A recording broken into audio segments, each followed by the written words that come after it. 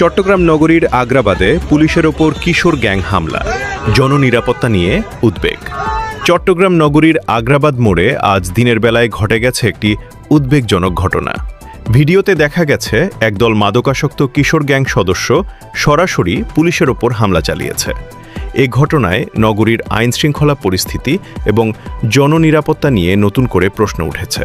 স্থানীয়দের মতে দীর্ঘদিন ধরেই নগরীতে মাদক ও কিশোর গ্যাংয়ের দৌরাত্ম্য বৃদ্ধি পাচ্ছে।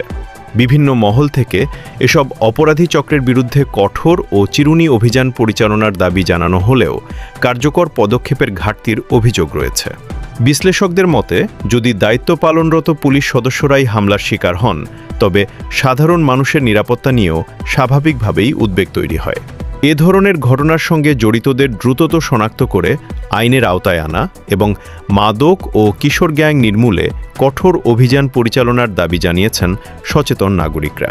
এছাড়া অপরাধে জড়িত এসব কিশোর গ্যাং সদস্যরা কোনো ব্যক্তি বা গোষ্ঠীর রাজনৈতিক বা অন্য কোনো ধরনের আশ্রয় প্রশ্রয় পাচ্ছে কিনা সেটিও নিরপেক্ষভাবে তদন্ত করে প্রয়োজনীয় ব্যবস্থা নেওয়ার আহ্বান জানিয়েছেন সংশ্লিষ্টরা। নিউজ ঘর 24, চট্টগ্রাম, বাংলাদেশ।